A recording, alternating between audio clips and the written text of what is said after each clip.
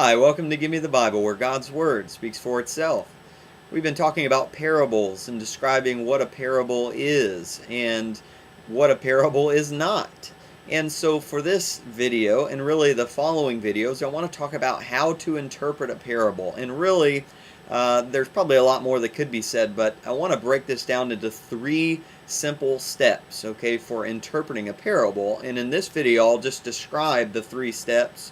And then in the following three videos, I'll just break down each one of these three steps, using different parables so that you can see exactly what I mean by each one of these three steps.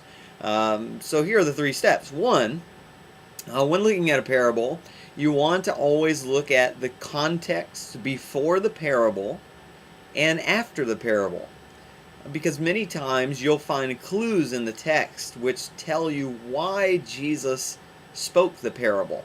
Most of the time Jesus spoke those parables in response to something that happened, some event that he saw, or some statement that was made by a person, and he was trying to teach them a lesson by telling them this parable, this earthly story with a spiritual meaning. So look at the context not only before but again after as well, because even the context after can be helpful, because sometimes you'll see how a person reacts to the parable, and that will give you some clue as to what the parable is really about.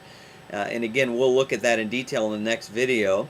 But the second step, after you've examined the context before and after the parable, the second step is really to understand what the physical story means. Just look at the physical parable and notice what's happening there and what the meaning of that physical story is. Don't think about any sort of spiritual application whatsoever yet.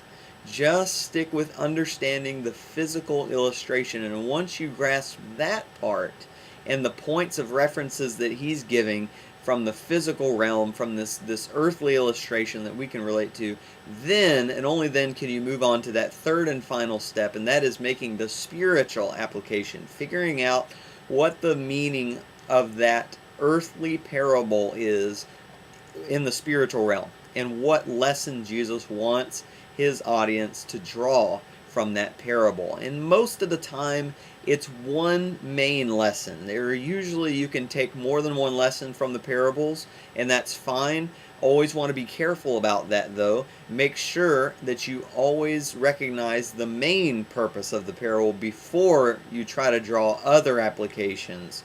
If not, you're probably going to run into trouble. You probably start floating into that whole aspect of treating a parable like an allegory, like we talked in the last video, and that's not good either. So those are the three steps. Examine the context before and after the parable.